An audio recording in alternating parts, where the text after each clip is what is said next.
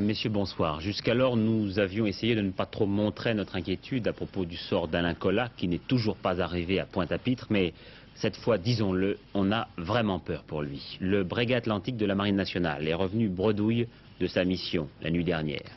Joël Charpentier, le Trégastellois, qui est arrivé 5e hier et qui avait une journée de retard sur Colas, lors du dernier pointage il y a 2 semaines, a confronté son journal de bord avec celui de Michel Manidowski.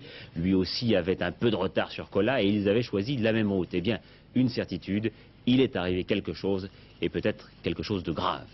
Tous les radioamateurs sont d'ailleurs mobilisés depuis quelques heures pour essayer de retrouver le navigateur, en tout cas pour essayer de percevoir la moindre tentative de liaison radio.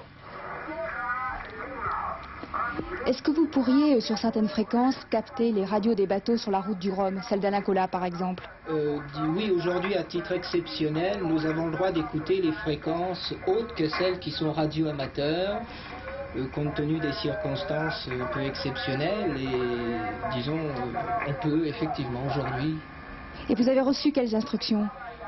Uniquement d'écouter, de noter le nom du bateau, les coordonnées géographiques de ce bateau, et de retransmettre toutes ces informations aux stations côtières officielles qui, eux, sont chargées de faire les recherches.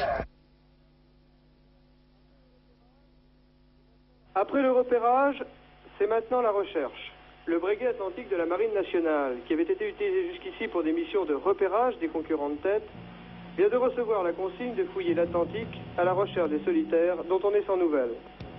Cette première mission de sécurité et de sauvetage a été effectuée hier au large de l'îlot de Cocoa, où s'était échoué gouvernail cassé, le trimaran VSD. Pendant 2 heures, le Breguet Atlantique a survolé l'épave endommagée du voilier, jusqu'à ce qu'un petit canot à moteur, intrigué par le manège de cet avion, se porte au secours d'Eugène Réguidel, qui a été recueilli sain et sauf. Cette mission accomplie, le Breguet a survolé pendant toute la journée la zone dans laquelle sont supposés naviguer les voiliers de cette transat. Aujourd'hui, un autre Breguet Atlantique, parti des Açores, survole lui aussi les routes de la course. Mais malgré les instruments les plus perfectionnés dont se sert la Marine nationale, il faut bien reconnaître que sa tâche n'est pas facile.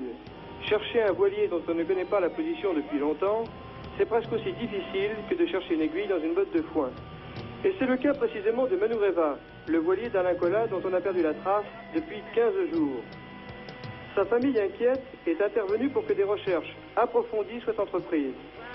Force est de reconnaître ce soir qu'elles n'ont pas abouti, ce qui commence à devenir inquiétant.